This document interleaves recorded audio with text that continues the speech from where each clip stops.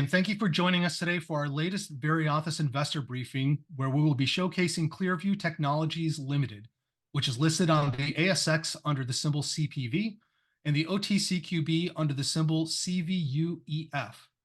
Today with us, we have ClearVue's Chief Executive Officer, Mr. Martin Deil, as well as Mr. Chuck Mowry, who is a US-based non-executive director for ClearVue. ClearVue is a pure-play company in the building integrated photovoltaic sector. This sector is poised to see accelerated growth as buyers and managers of global properties continue to pursue transitions to net zero carbon buildings. ClearVue's products and technology can help meet these needs. Martin and Chuck will be providing an update on ClearVue's equity story, as well as providing context around the company's most recent announcements. Following the conclusion of their presentation, we will have a Q&A session, and you can submit your questions via the Q&A function at the bottom of your screen. Without further ado, Martin, I invite you to begin. Thank you very much, David. Can you hear me? I can indeed. Perfect. Thank you very much, and thanks for everyone who is joining. I understand that some might have connected from Australia, so a very good early morning to you, and a warm welcome to our friends in the United States, of course. We thought the best way to share the current status and our progress that we've made over the past year is by sharing with you the presentation that we recently did at our AGM in Perth on the 30th of November. And I will then also update you on the various developments and announcements that we've made since. Some of them are very critical, we believe, to our transformation. We see this year as very transformational on our path to commercialization and getting the product into the market. And I will be sharing more with you as we go along. So a warm welcome again to everyone. Oh, there we go. Okay, so I'm sorry. Okay, so key updates on our business in the last few months. I think we have demonstrated the benefit from the industry experience that was instilled into the company. Together with Chuck, who is, as David said, a non-executive director, very, very experienced in the United States glass market with positions at Guardian, one of the biggest glass manufacturers in the world, also running a number of his own companies or as in executive positions. We also have recently, we were joined by Gerd Honecker, who is a German. He is extremely well known and well connected in the facade industry in Europe, and also myself, coming from the facade industry, curtain walling, cladding industry, having formerly worked with Permas Lisa Group, one of the largest curtain walling companies in the world. So us three have more than 100 years facade experience. And I think it was shown that previously there was a lot of emphasis on our core IP, which is the interlayer with the nanoparticles that guides the light to the edges where we pick up the electricity with our solar cells. But of course, we are incorporating all of these components into glass units, and thus the in-depth knowledge about the glass market and the way glass is sold and installed onto buildings and specified and so on is absolutely crucial, as we have demonstrated with the recent milestones that I will share with you a little bit later. We have also had some excellent third-party validation. We had results from a test in Singapore, which was carried out by the Building and Construction Authority of Singapore, a governmental body that tested our facade units, our glass units in comparison with some windows that, of course, didn't have our technology. And we had some great results, which again shows that our Generation 2 clear window is best positioned for the growth of the company. We have also added other facade solutions to the mix of our offering. Spandrel panels that sit below windows that can generate electricity, and other cladding panels for other areas on the building. So we can now offer a complete wrap around of a building producing solar energy, which is obviously one of the best ways to get to a net zero building in the future. We have also demonstrated mass production capabilities. We have last year, together with one of our partners, we made just under 100 of our units, taking less than 5 minutes of additional cycle time in their production facility. So the units were made on an existing automated glass fabrication line without any need of adaptations in that line. So this demonstrates that we can really license any insulating manufacturing facility to use our products. And the market is almost endless if you imagine how many of such players exist in the glass manufacturing market. So all in all, we are well positioned for growth. Also corporately and operationally, we have been preparing our internal procedures. We have been realigning our staff to manage all that is going to come in the next months. What is important to us? We are a global company, although we are still quite a small company. We only have about 20 people working for us. We are, though, already a global company. We have staff located in the United States, in Europe, in Asia, obviously in Australia. So we have already quite a large footprint, and we're covering a lot of markets, which represents a great opportunity for us.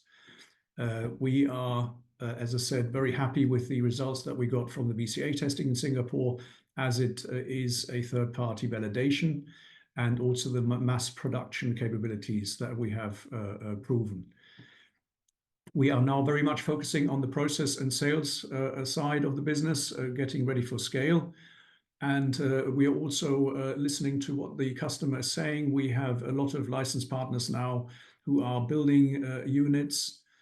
And we are obviously very much interested in their feedback and have already incorporated a number of optimizations to the design. So it's great to now be working with these license partners, further improving our product. The key themes of our business today. Really, the testing and certification has proven expensive, but it is absolutely necessary. As you may know, in each of the markets that we operate, we have to demonstrate that our product meets all the local regulations, and they are very much local. You have different certification requirements in Europe, in Asia, and certainly in the United States, and that is proving expensive. And also quite lengthy, because they are simulated aging tests, which take up to 6 months for each of these tests. But it is, of course, absolutely necessary, because without such certification, we would not be able to sell the products. We are beginning to see more and more that the emphasis on the US market is really bearing fruit. But also the global opportunity that we have is only beginning to be appreciated.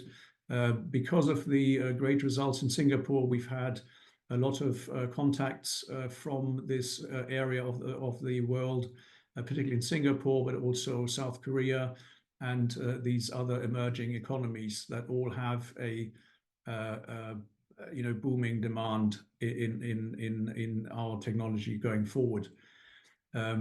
We have also got segmented revenue streams that will drive long-term growth.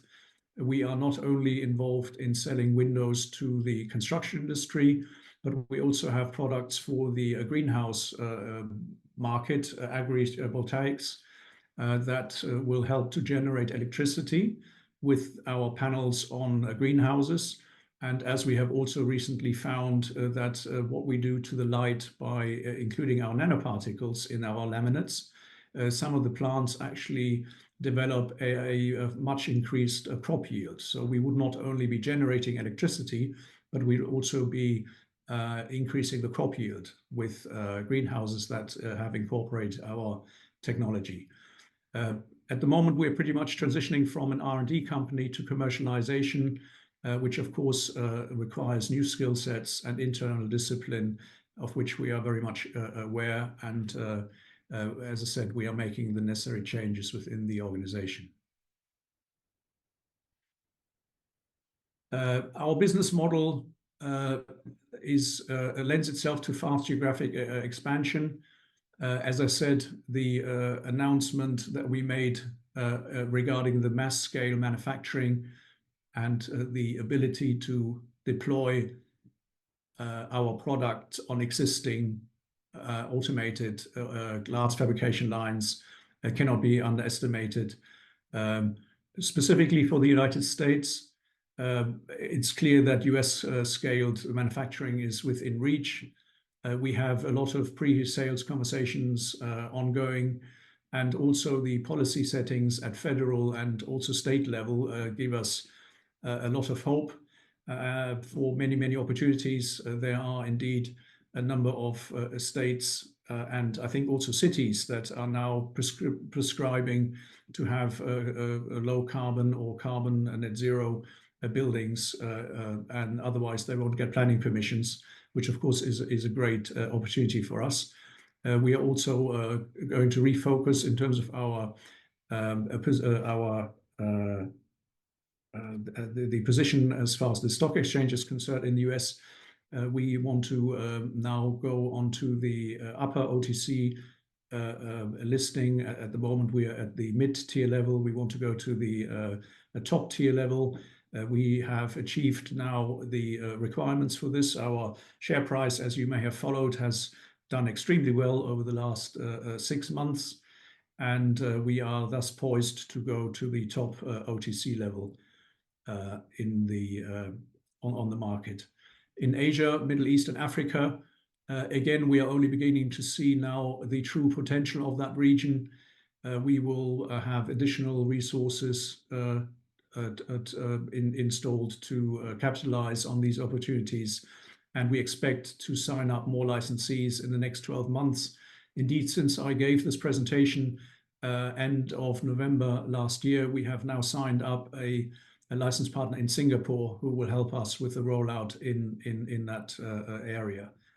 UK, Europe, we are emphasizing our product with demonstration projects and lighthouse projects. These are smaller projects where we are integrating our product so people can actually go and see and feel. And this, we believe, in Europe is probably the best way to get our products onto buildings and into specifications. The policy setting, again, is extremely well placed for us for our commercialization. And we have a growing number of pre-sales conversations on project opportunities. In Australia, as far as policy, the market is catching up a little, but we see changes coming. Manufacturing setup will be priority for us. We are planning to set up a nanoparticle production facility in Perth, for which, as you may know, we have a grant from the Western Australian government. And we are also patiently developing business opportunities that at the time here we said are likely to bear fruit over the next 12 months. We have actually, since this AGM, have been very happy to confirm a project which we have secured in Melbourne. by the CFM-EU. We were actually specified there, which of course is the best position, that we were specified, and thus, as the project is now moving forward, we have been engaged, which is great news. And we have also signed up a license partner in Melbourne, MS Glass for Australia. So two very, very important and great developments in Australia since November. Observation on the market, as we've said, timing is everything. Really, in terms of our positioning, we are perfectly poised to benefit from the governmental policy settings. They have set requirements to achieve net zero buildings, but sometimes it's not always clear how these buildings can actually be designed and constructed. And of course, with our product, it is much easier to achieve those goals. And we're also meeting the citizens' expectations to address climate change, which again is good, of course, for the policy setters, because ultimately they're voted in by the citizens. We are helping companies and organizations to meet their own compliance obligations. As you may know, there's a lot of funds out there who have set certain requirements in their how can I say, in their strategies and policies, and now need to fulfill them. So we are able, of course, to help them with this compliance, and also helping to meet their ESG mandate requirements, set either mandatory or, of course, voluntarily by themselves. And we're also supporting really the community, because at the moment, I guess for some time, it's been very much doing my bit for the environment. So people do want to be part of the revolution, the carbon revolution, and our product, of course, meets such a purpose through its functionality. A quick recap on these BCA results in Singapore that I touched upon earlier. Why are we so excited? Usually for facade engineers, the thermal performance of a window is always a major headache, because the thermal performance determines the cooling load inside the building.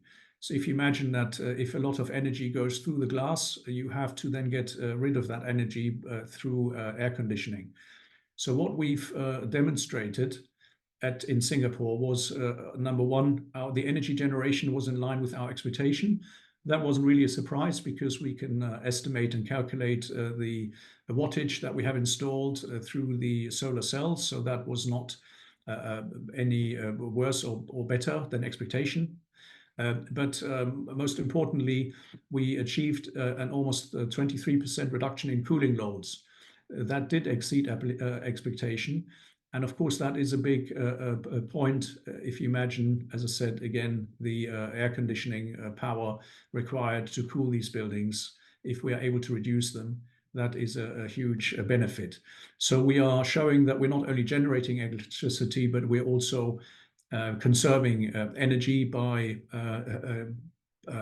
reducing cooling loads.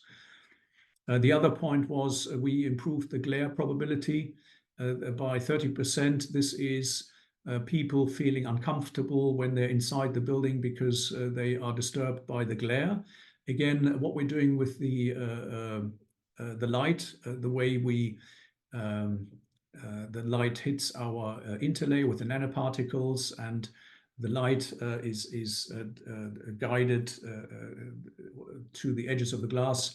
There is an improved glare probability, which means the comfort levels inside the building increase. So we've just done a quick hypothetical example on a large public project. This was actually also in Singapore. I think we used an airport for which we had publicly accessible data, and just using their cooling energy that they are currently using, and the confirmed solar control benefit of our system, we would have been able to save them more than $11 million per year in energy costs just by the increased thermal performance of our system. As we've always said, we are taking a very pragmatic commercialization approach. We are aware that the commercial acceptance will take time, hence also the emphasis on these lighthouse projects in Europe, the smaller projects that is easier to obviously achieve and secure. And we've also realized that in the greenhouse market, the regulations, requirements, and also the expectations are slightly less in terms of these buildings. A greenhouse is purely functional. It doesn't have to. It doesn't take 3 or 4 or 5 years of planning and permission, approval, and so on. So we are very much aware that once we are specified in a building, until when that building actually comes into construction, it will probably be a period of 2 or 3 years. So we believe that we can secure revenue quicker at this present time with the greenhouse products. And this was validated by our announcement on the 30th of October of winning a project in California on a greenhouse. So this is great for short-term revenue opportunities. Then we see the medium-scale commercial sector, of course, and also the public infrastructure market as the opportunity for medium-term revenue. And then clearly we have the global facade market, which is a very big market for our long-term revenue opportunities. We are very much focusing on the process to drive shareholder value. We are customer-centric. We want to ensure that we are very much aware of how we can help our licensees to sell our product, to give them the necessary information and ammunition, so to speak, to win the projects, and also to make their production incorporating our components as effective as possible. As I said, we are very happy with the speed at which they can already make our units, but also the way our components go together, and the reliability of the connections and so on. That is all something that we are very much focused on. We are systemizing our online support tools for the sales process, so we can now confirm the energy that a building equipped with our technology will generate, irrespective of geographic location. So we can just take pretty much any building, and we can then determine how much energy and how much carbon also will be saved depending on location of that building. We are also learning to say no. Unfortunately, not every building, not every project is an opportunity. We always need to ensure that we think of our license partners and also our shareholders, and not engage in wasting a lot of time on projects that really are not, they might be great projects, but they're not really the right project for us. And we're also focusing on training the trainer. We need to be educators because we are relying on the network of license partners to then do the selling and make the units with our components. So we want to remain very low in our headcount, and thus we need to ensure that the license partners are adequately equipped to successfully, of course, sell our product. The value stack that we've been sharing with the market for some time remains very much true. We see that green buildings demand a rental premium, and thus also a sales premium, because of course building sales value is very much determined on the rental values.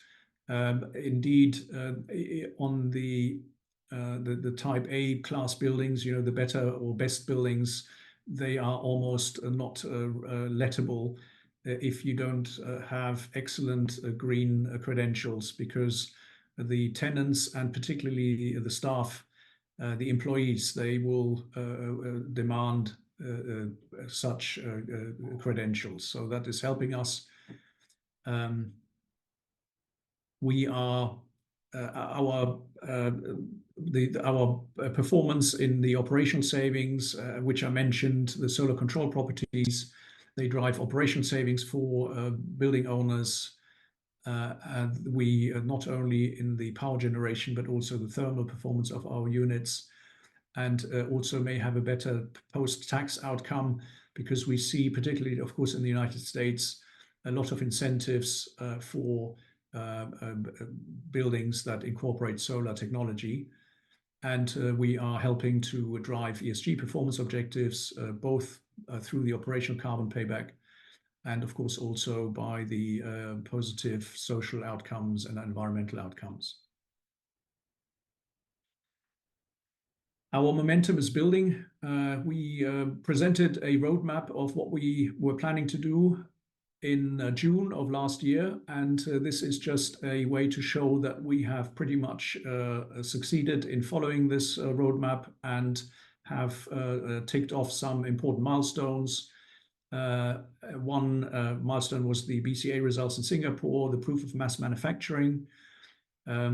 We have also now executed the ATM facility, which we recently shared with the market. We have achieved our first greenhouse sale in the US. And we have secured now our first commercial facade project in Melbourne. As I said, we are working towards the final certification of our product in this first half of 2024, as per the timeline provided before. And then obviously towards the latter part of this year, and then in 25, it's all about mass production, scaling up the sales activities in the US, Asia, Europe, continuation of exploration with strategic partners. Chuck hopefully will be able to say a few words on that, because we recently shared with the market our collaboration with Luxwall, with a vacuum insulated glass, which achieves an excellent thermal performance and insulation, and together with our excellent solar control performance and energy generation, we believe this is a key to a real zero carbon window. So that it was an excellent step forward to be able to announce this collaboration. Outlook for the next 12 months. Certainly we are aware of our capital requirements. We have, as we shared with the market, we have now executed partly the ATM facility.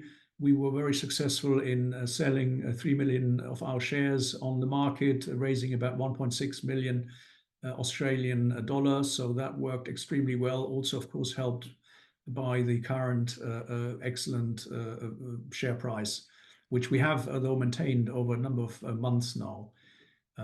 So that is excellent, and I think shows that the market is really appreciating what we have done. We have built a solid foundation in the markets, but we need to finalize the certification to ensure that we can fully benefit from the markets, from the work that we have done in the markets.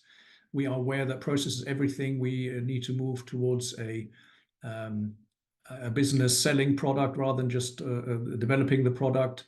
So we are going to install the relevant systems to be able to service our license partners. We are managing the sales growth to allow sales and logistics capabilities to mature. So we're not going to be naive and just secure lots of work without knowing how to actually execute it. So we're going to take a pragmatic approach, as we said, but we're also going to maintain the focus on our R&D. So you will see further updates and further revisions of our product as time goes by. such as using quantum dots rather than nanoparticles in our glass to get an even better and higher energy output.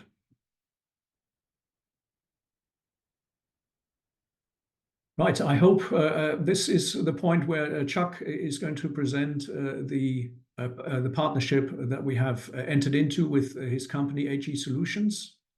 I hope Chuck has joined us by now. Unfortunately, Chuck has not joined us. I believe he's having technical difficulties on his end. So either you can cover that or we can skip that section.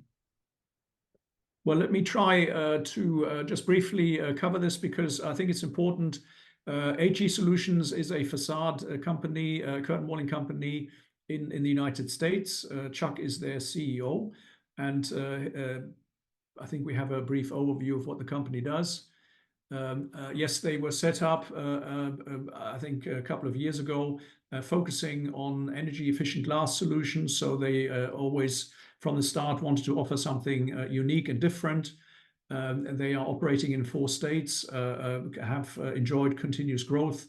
They have more than 150 staff, and they're focusing on value and not bidding low. So they're really focusing on the special projects, the unique projects.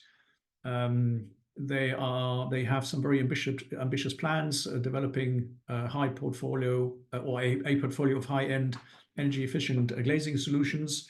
This is also where the Luxwall, how the Luxwall connection was established. So Luxwall was set up by a former CEO of Guardian Glass, Scott Thompson, and he has some very, very interesting backers. As I said, the insulation performance of vacuum glass combined with the advantages of our glass system will really be quite revolutionary in the building world.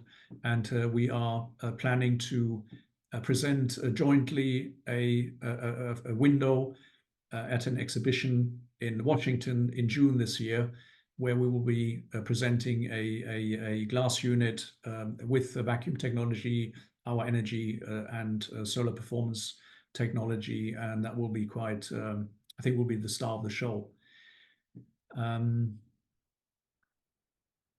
Yes, a few words about Chuck. As I said, highly experienced, more than 50 years of experience in the commercial glass and glazing industry, of which 35 years at CEO and board level. Has always been interested in unique energy efficient products, net zero vacuum technology, and is really extremely well connected and has been a great support and help to us in his board position with ClearVue. This is an interesting slide. Chuck was just showing how ClearVue and particularly our solar performance is relevant regardless of government incentives. You know, often you may be asked, okay, what happens if the political landscape changes, if some of the IRA incentives are rolled back and so on. But if you in glass, as I said, solar control is a major issue. In the early 70s, when the energy crisis hit the world, everybody was going for glass at any cost, pretty much, to stop the heat gain inside the buildings.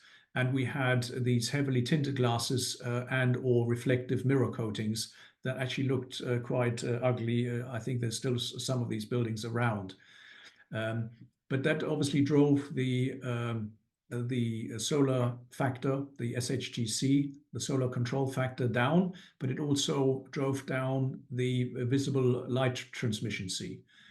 And the curve here on the left, the upper curve is indeed the visible light transmission C, and then the red curve is the solar control factor.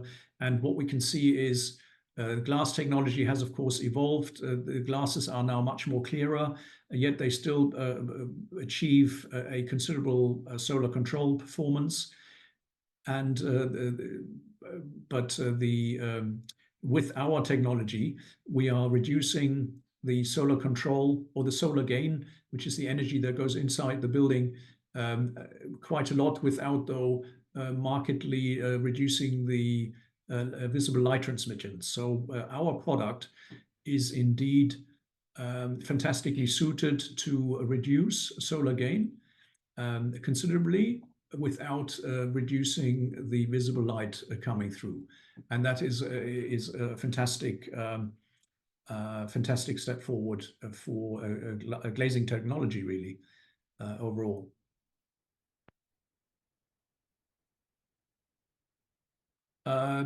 Here, Chuck, of course, together with G8, wants to promote our product in the United States in the next 12 months. The key audiences are the owners, architects, and the contract lasers. And he's really reiterating here the value propositions that I think a lot of them I have covered. Yeah, he's obviously very excited to be on board and for us to be a licensed partner of G8 Solution. Right, I think that is it from my side. And as David said, I hope that there are some questions. I'm very happy to answer, of course, any questions that you might have. Great. Thank you very much for that, Martin. And to our viewers, apologies for not being able to have Chuck join us. We do have some questions in the Q&A tab. So we will start going through those now. Perfect. Great, David. Thank you. Okay, so first question. You've mentioned wanting to achieve the highest level OTC, but when do you anticipate ClearVue being listed on NASDAQ? Right. It's always been the confirmed plan to get a listing on NASDAQ. The plan is to really do this in the next 2 years, maybe a little bit earlier, but I don't think I can be more definitive than that now. But certainly over the next 2 years is the plan. OTC, of course, is really just a stepping stone. I think it helps the investor community. It gives more credibility, I guess, to us, and it allows investors in more states to access our share. But yeah, the real goal is really to have the NASDAQ listing, and we expect this in the next 2 years. Great, thank you. Next question. Do you see a time coming in months that you would relocate to the US? And we actually have a similar question. Is there a time frame for opening up a US-based office for ClearVue? Right, so perhaps answering the second question first, we already have an office which is in San Jose. So we already have a registered office in the US. We even have a bank account in the US, which is not easy to actually open up, and is thus quite critical, obviously, to doing business in the US. Yes, the plan is for me to relocate to the US in the next 6 months, subject to immigration regulations and so on. But that is the plan. But there's nothing obviously keeping me from traveling into the US. I'll certainly be there mid of this year when we jointly showcase our product at the AIH trade show in Washington, and I'll probably be there also during March, April or so. But that is the plan. Yep. Okay, and that is an existing open office in San Jose? It's an existing office, open office. Yes, it's an existing office. Yeah, I mean, what can I say? It's jointly, it's in the same building as our development partner, D2 Solar. And we, there's an office there. Yeah, correct. Yeah.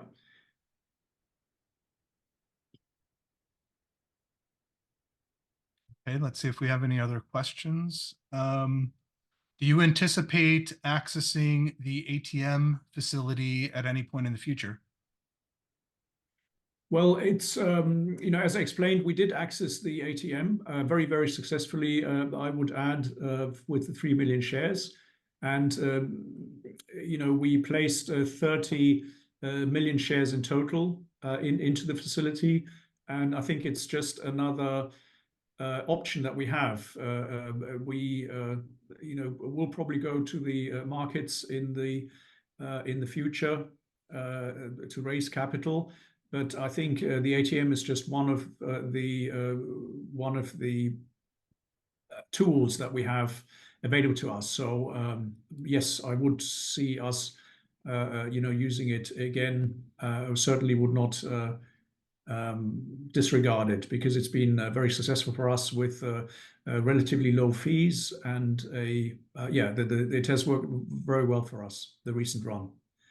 Yeah. Okay, this is an interesting question. What share price would the company consider if a larger company wanted to buy ClearVue?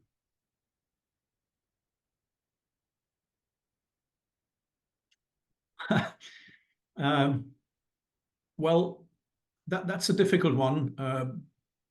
I think we've, if I don't think we have ever considered, and I don't think that's our plan really for us to be fully bought out. So that's perhaps number one, because we do see the opportunities ahead of us, particularly in taking other products on board. We've always wanted to be the hub in the window, generating the electricity, and then having around the wheel hub, so to speak, all of the other functionalities that can be driven, that need electricity and that can be driven, such as switchable windows, that can go opaque at a switchable button, and other such functionalities. So I think there's a lot of opportunities ahead of us, and really we've not considered or indeed pursued a buyout. Perhaps that's number one. Number two, if a large company were to approach us for a strategic partnership or a strategic capital, buying some of our shares, as I said, certainly not all of the shares, the price would be determined by what that company will bring to us. So we are always looking out, of course, for strategic partners. They may be partners that bring their own glass insulating facility. They might have a big R&D capabilities. They may have very good access to markets, either in the greenhouse sector or the construction sector. So these would be all very much complementary and help us to drive our growth. So that would determine also then the price that we would be willing to accept. But as I said, not really in the market to be sold wholly. Okay. ClearVue clearly has a number of irons in the fire right now. Is there one particular market or region currently that you are most excited about, or you see having the most blue sky opportunity? I think the main market is really in the United States, because the current portfolio of buildings that exist and need to be refurbished is huge. It's probably worldwide second to none. And I think, I assume this is still true, there were about 50,000 buildings in New York alone that still had single glass windows, so no insulation, and something needs to be done with those. Now, in many cases, the cost of actually accessing the facades is bigger than the cost of the new window. It's really the cost of getting to the window, which is the big cost. So then, as these buildings are refurbished, because I think they have to be refurbished, otherwise they're worthless in the market. They might as well then include our product, because they can tap into the various incentives, and these incentives will help to finance the refurbishment of these buildings. So I think the opportunity in the US, also in terms of greenhouses, is very, very big. Yeah, I think so. Number one spot, really, United States. Okay. Another question. What was the business case for the acquisition of Lusoco's fluorescent ink glass technology? What was the relationship with the solar windows? Right, Lusoco, they offer fluorescent inks that can illuminate at night, thus not needing LEDs or so. Well, they need LEDs in the frame of the glass, but when the LEDs light up, the inks light up. So you have a very energy efficient way of displaying, say, advertising or even road signage. And they generate electricity during the day, guiding the light pretty much in a similar way than we do to the edges of the glass, in which the glass edge would be embedded a little battery, and that battery would then at night feed the LEDs to light up the inks. So there is some synergies in this idea of us powering generating the electricity to power a number of autonomous functions within the windows, and clearly fluorescent inks that light up at night using much less power than typical other say advertising or road signs and so on. That's where the synergies, and that's why we bought into Lusoco. Plus, they have two very competent colleagues that are now working with us and for us. So it was also getting those on board, which was another consideration. Okay. Is there an existing plan to commercialize that? Yes, of course. They are, we're speaking to a number of the big advertising companies that could use the technology. We are discussing providing samples to them, and that market is big. And that's certainly, from public infrastructure structures like bus shelters and so on, bus stops where we could power with our energy generating windows, signage, and so on. And the other market could be road signs, of course, as I said, particularly in remote locations where the cost in the sign is not so much in the sign itself, but in the connecting to the power, to the grid. So if you have autonomous functionalities using less, as little power as possible, of course, to then run them, that is where we see the opportunity in terms of the market in future, specifically for the Lusoco product. Okay. Next question. Given the size of the facade market in the US, how large do you see the greenhouse market in both the US, Middle East, and globally? To be honest, I don't have exact comparisons to mind. I would think that the greenhouse market is smaller, but as I said, it has certain advantages. One is from inception to realization of projects, it's much, much quicker. So the road to revenue is much quicker.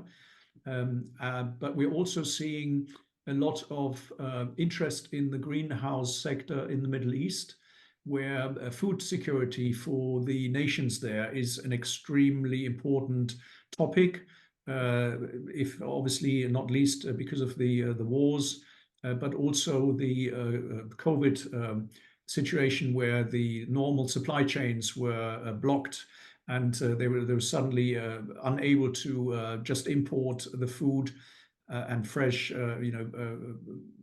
produce from around the world. They are now seriously considering building large greenhouses in the desert. Now, these greenhouses are kind of almost inverse greenhouses to, say, in Europe, where you want to have as much light and energy coming in to help the plants grow. In the desert, You need insulating products, so you actually keep some of the sun out. You need to conserve water, insulate, and have still good crop yield. So that is a perfect market for us with our product, with an insulated glass product, saving energy, saving water by keeping a constant climate controlled environment within the greenhouse. So clearly not quite as big, the greenhouse market, but it is still substantial. Okay. What is the price differential for an equivalent area of glass with and without ClearVue's added technology? What does it increase the cost by to add ClearVue's technology? Another way of looking at it. Right, this depends a bit on where you are in the world, because obviously the cost of different building products is slightly different. And this would have been good for Chuck to be here because he obviously knows the market extremely well. I think on a construction project, we recently, if you take the cost of a construction project in building, the facade, it probably adds about 1% to the cost of that. I think that's probably something I can share, but the problem is it really depends on the specific project, the size of the glass, the buildup of the glass. The interesting thing with our technology, we can incorporate that into pretty much any glass buildup, so you can have different glass thicknesses, things like sound insulation, and thermal insulation and so on. That is all not determined by our technology, but that's determined on the glass itself. So the ratio of the cost of our product versus the total end cost of the glass, it really depends on what you're actually looking at, if that makes sense. It does, yes. Another question. Whatever happened to ClearVue's participation in the NYSERDA trials?